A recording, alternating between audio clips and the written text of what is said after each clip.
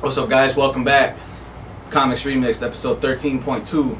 I'm Junior Reese. I'm David Sanchez. And the topic of today, relaunches. Tired of them? Are they worth it? Do they work? Good, bad, ugly? Does it make you turn your head to other creative? Yes.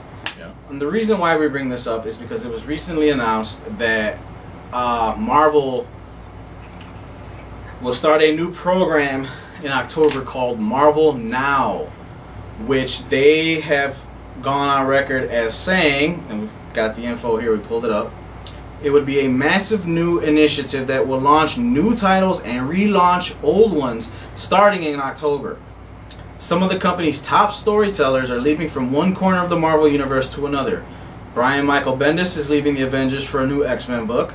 Jonathan Hickman will end his run on FF before kickstarting a new twice-monthly jam-packed Avengers book. And Rick Remender will begin work on the flagship title of the new era, Uncanny Avengers. A book that will blend Avengers and X-Men characters into one super team. Yeah. Alright, so what do we think of? Okay, so first thing that comes to mind, the New 52. And that's also stated here. It says, this isn't the first time that a major comics publisher has inaugurated in a new era with new creative teams and new number ones. Just last year, DC Comics relaunched their entire line with the New 52. But editor Axel Alonso is quick to draw a sharp contrast between DC's initiative and Marvel Now. This ain't a reboot, it's a new beginning. Unlike New 52, Marvel Now will roll out gradually over a few months and with creators finishing off their runs and then starting new ones.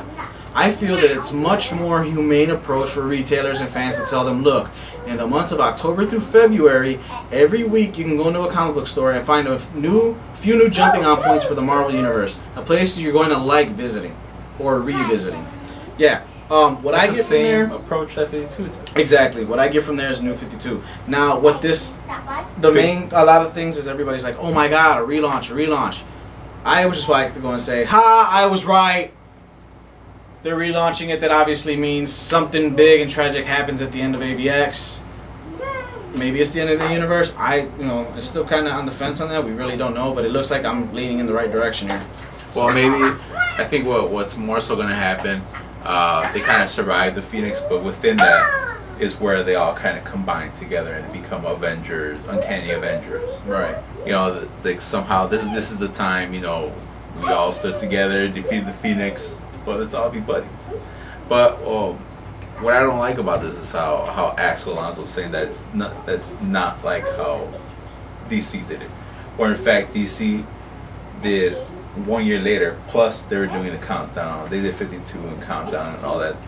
They help people lead into the new stuff. It's the same stuff, man. It's the same stuff as any other relaunch. Really. And God, I think I'm done with mainstream for a while. I am. I'm going to go back to Image. I'm going to go back to my Vertigo stuff. I just need a break from all this. It's too much of a mess. With DC not even holding on to new titles and just canceling them and starting all over with new ones. Give me a break from that. And this whole Phoenix thing just leading into the whole X-Men and Avengers merger. I'm okay with that too. Well, the first one on the list is Uncanny Avengers by Rick Remender. And he describes the book as a bridge book, something that can delve into both worlds. It has a natural purpose for existing after AVX, where we can focus on human-mutant relations. The broad strokes are Captain America comes out of AVX and recognizes he hasn't done enough good to help the mutants.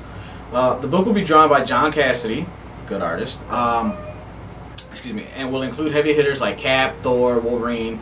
But he's also excited to focus on some lesser-known characters like Cyclops' little brother Havoc, who's going to supposed to play a big role in this. Havoc's always been the black sheep, the rock and roller of the Summers family. He can't do that anymore. You're gonna see Havoc become one of the biggest players in the Marvel universe. Well, and working with X Factor, he's already played along with the government. Yeah. You know, you had Forge, White Queen. You had in X Factor altogether. Yeah. That was the X Corps tie-in to the government. Their first villain is slated to be the original Red Skull from 1943. Okay. Yeah. Let me go ahead and read that. Yeah. In 1943, Arnim Zola, who was this biofanatic engineer, recorded the Red Skull's consciousness and set it to wake up 70 years later. So the Red Skull in Uncanny Avengers is right out of the 1943-44 prime Nazi scumbag. In his mind, he's taking that vitriol and hate and Nazi horror and mythology and pointing it at the mutant species. Remedier also stresses that the mashup philosophy of Uncanny extends beyond the team's lineup. It's not just smashing heroes together. I'm smashing the villains together. It becomes something unlike anything we've ever seen, with stakes that are so huge it takes a team comprised of the best Avengers and the best X-Men to take care of it. Huh. It sounds like every issue is like a secret war. Yeah. You know? Moving on. Title number 2. Avengers. There's no the to it, nothing. It's just Avengers. Jonathan Hickman tells big stories. During his run on Fantastic Four, the writer has become known for... What's that word? Meticulously. That's the one. Plotting out... We're glad you can pitch in. Plotting out stories years in advance in what Alonso describes as a Unabomber-sized notebook. Huh. It's kind of scary. Yeah. And he'll bring the maximal as the... Read this shit. Where are you at? Right here. Aesthetic, dude. Okay. Maximal aesthetic to Avengers. It's not 6 Avengers, it's 18 or more, he teases, promising a diverse mix of popular characters, B-listers, and new characters. Yes, which in my mind reminds me of the Legion of Superheroes. I've tried reading that book, the New 52 Legion of Superheroes. Dude, I got through like the 6th issue. I'm surprised I got to the 6th issue. I stopped. I was like, this is crap. There's too much going on. It's Paul Levitt's writing. Usually Paul Levitt's writing just annoys the hell out of me, but he's doing a decent job with World's Finest. But his work on Legion is like every issue they're throwing like 5 or 6 new characters at you. It's like, do you really need all these characters? What are you smirking for? Yeah, Sadie totally took over here. Hi. Daddy Daughter Day continues, people. So, I mean, that's what Avengers is. It sounds like a new Legion book. In my opinion, sounds like a headache. But the only member that they've gone ahead and greenlit for this book 100% is Shang-Chi, Master of Kung Fu. How exciting is that? Next book, the one that Bendis is moving on. Shang-Chi, really? Yeah. All New X-Men by Brian Michael Bendis.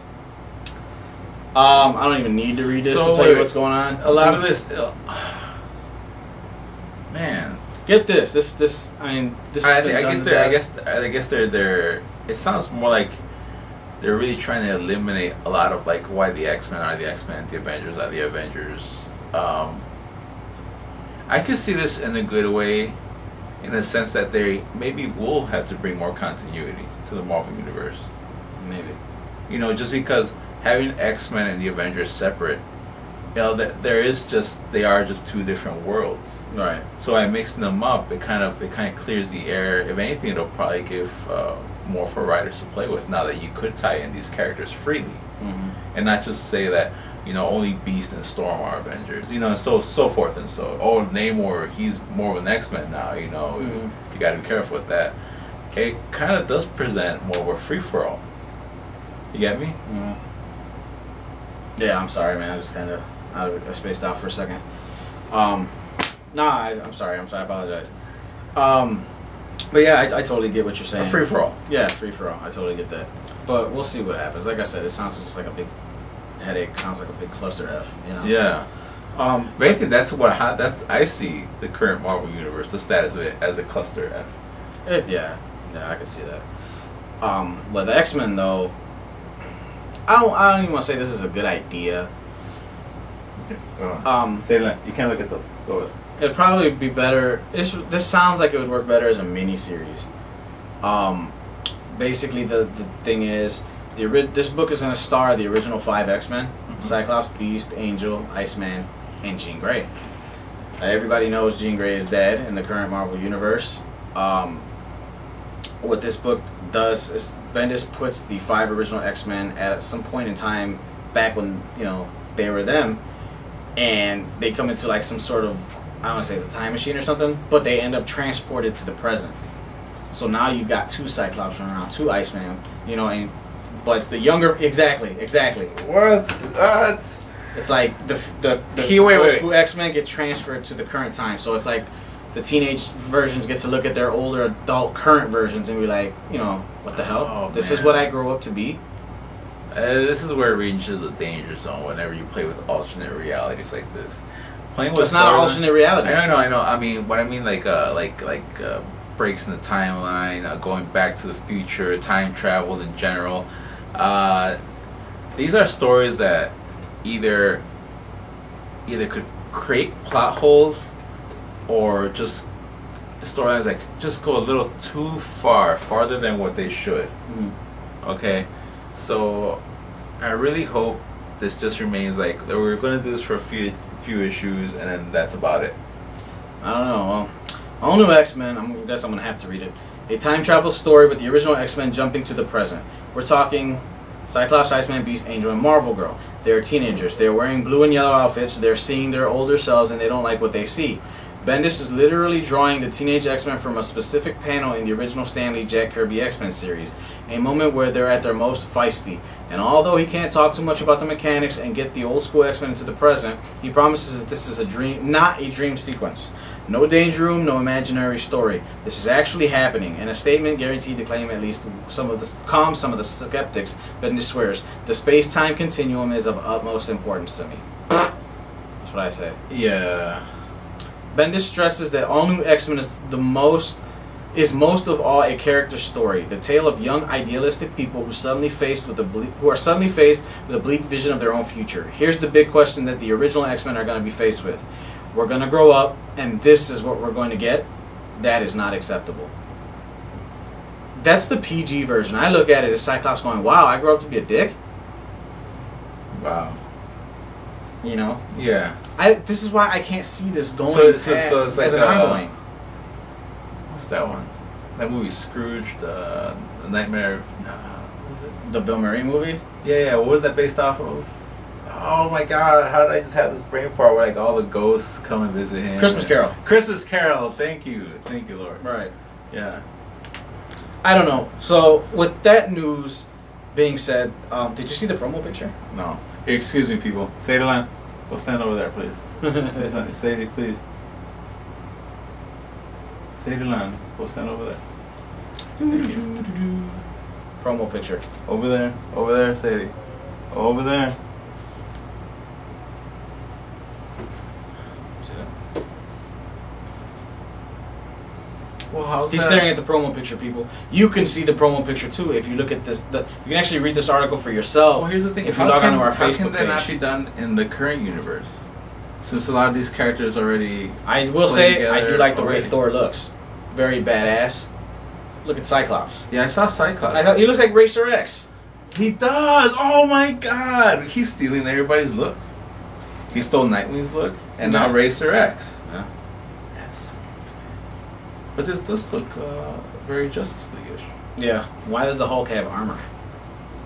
Holy crap! I didn't notice that. Oh, is this gonna? Are they gonna explain? Oh, this is how you control him, type of thing. I don't know. Well, yeah. They've already explained why the Hulk doesn't need armor. notice this? Nick Fury's in the team. Yeah, he's wearing Captain America-ish. Okay, so you get the fact that he's black now, and this is the regular Marvel universe. Yeah. Okay, so you saw my review of Battle Scars. Oh yeah, they're combining everything. Yeah. And for some reason, I don't know if he's noticed him in the corner I there, saw Cable there. with an eye patch. Yeah. He's Nick Fury's opposite. Ah, see, eye patch, eye patch. Mm. So you got, like I said, so you guys don't feel left out. Go on our Facebook page and you can read this article for yourself and look at all the pictures. Or is that actually Nick Fury? No, because Not Fury's Cable. eye was the same one. Mm.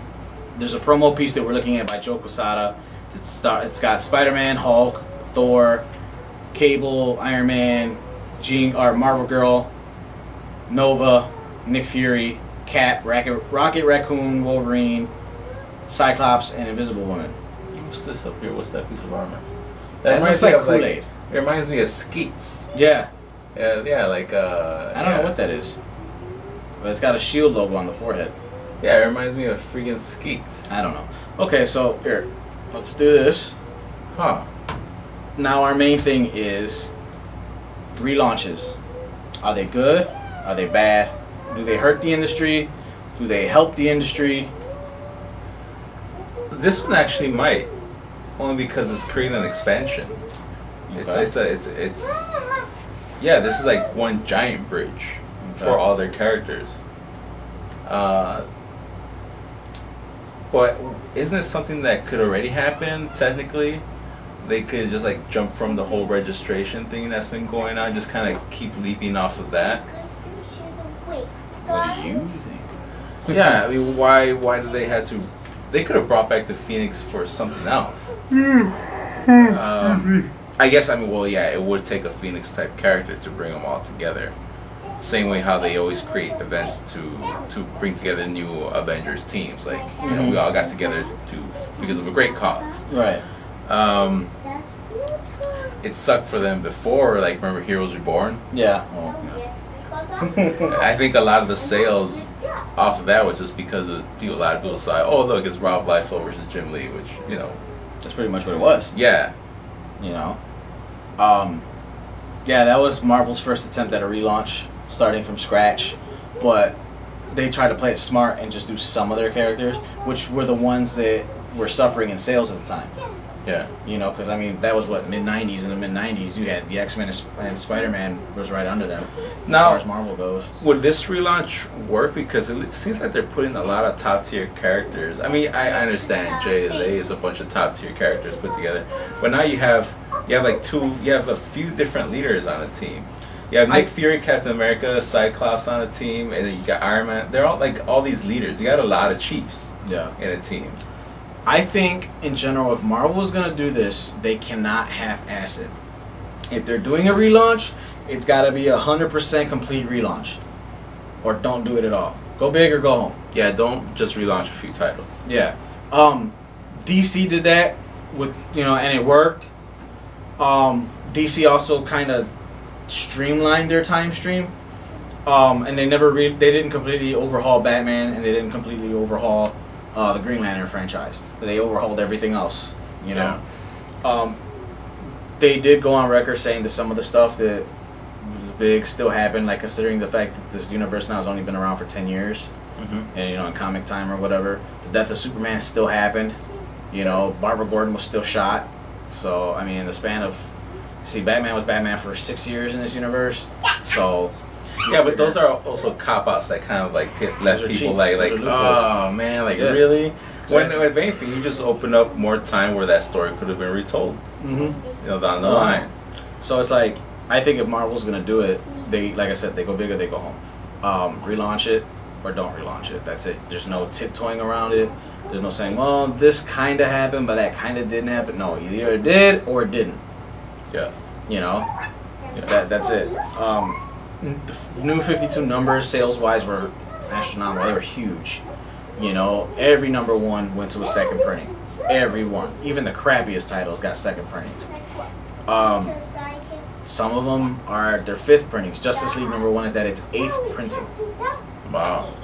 We haven't had a book that printed like that since Killing Joke. Killing Joke went up to 11 printings. Wow. Yeah. Yeah. So, and you gotta remember, Killing Joke wasn't like a comic book. It was graphic novel form. So, that's my opinion. Though, if you're gonna do it the right way, or don't touch it. If it ain't fixed, If it ain't broken, don't fix it. Marvel's broken; it needs to be fixed. But is this the right route? Is it the time to do it? Should they have done it before? I say, yeah, it has to be a complete flip. Maybe they were like, well, let's do it. Oh wait, DC's doing it. Let's watch them flop first. And if it works for them, then we'll do it. Oh, right now the other thing that's clean to see is like how they're doing like all these quick withdrawals. Like, oh, okay, we had this running for 6 months, now let's take it away. They're going based on sales. Yeah. They're like, okay, we got these titles we want to try.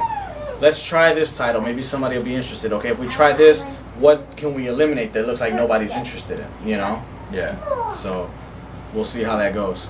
Yeah. I mean, it seems to be working so far, though. Because DC is not suffering. You're not getting crap that's coming on your rack and just sitting there.